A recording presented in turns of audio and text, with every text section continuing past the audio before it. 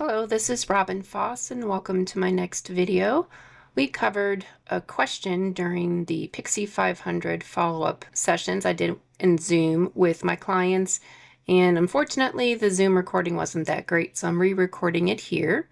The question had to do with working with the circular frames. So I'm going to go ahead and kind of just replicate what we worked on during that Zoom session. I'm going to change the color of the background so you can see what I'm doing a little better. Let's do this blue. That's fine.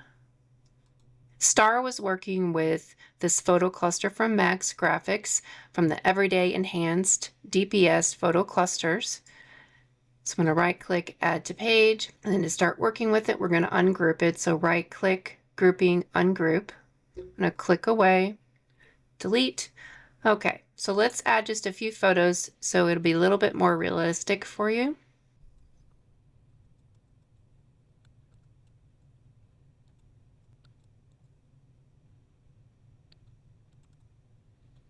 Okay, so now that I have my photos added to the page, I wanted to show you a little bit what it looks like when you're editing the frame on the photos. So let's start with, we'll just select one, and we're going to go up to the photo ribbon, frames, customize. And I have the remember tool on, so it remembered my last effect. So I'm going to remove that. Right here, add an effect, and I'm going to insert a frame cutout matte. And just for simplicity's sake, we're going to just work with colors on this page. So in the matte fill, I'm going to do a solid color. I'm going to sample a red. And then I'm going to add a secondary matte. And I want that matte to be inside the red, so I'm going to drag it down.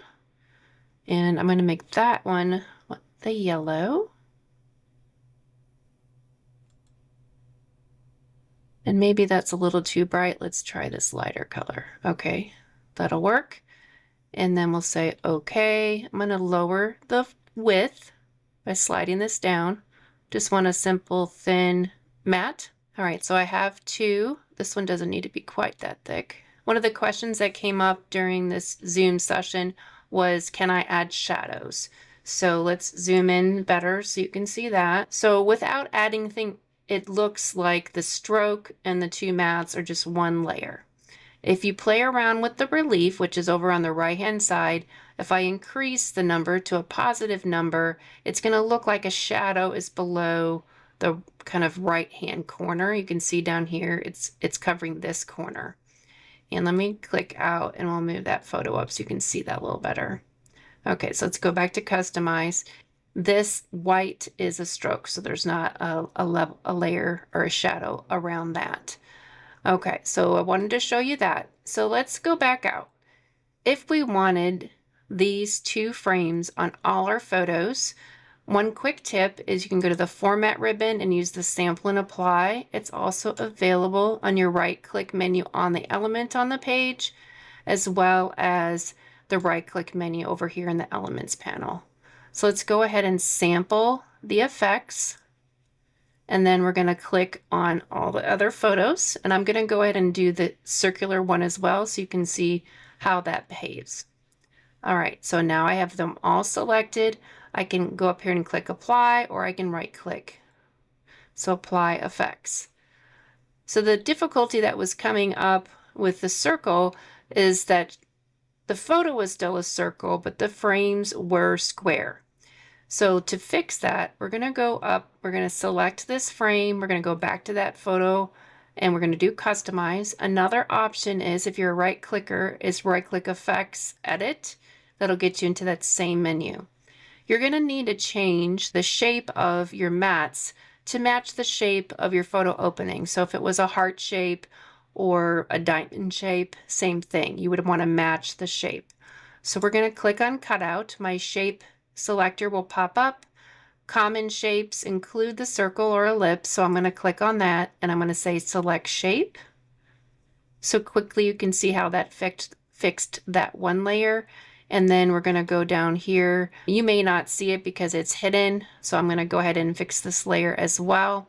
We're going to make that circle. It remembers the last shape that you selected, so I just have to hit select shape. But we still have the square look, and the reason why is we need to add one last matte layer that's transparent in a circle, and it'll cut off the outside of this frame. So we're going to insert another frame cutout matte. Since it's doing is trimming this red, it doesn't need to have any width, so we can change that to 0. And then our fill needs to be transparent, and our shape again will be circular. It remembers the circle, so I hit select shape, and now we've fixed it. If I would have left the width at 5, you'd see it just made the whole thing smaller, and that's why I recommend changing that to 0. We don't need the frame to be smaller, we just needed that red part to be hidden. So if you have any questions, reach out to me through my Facebook page or my email or phone number, which are listed on my website, robinfoss.com. Thanks for watching. We'll see you next time. Bye-bye.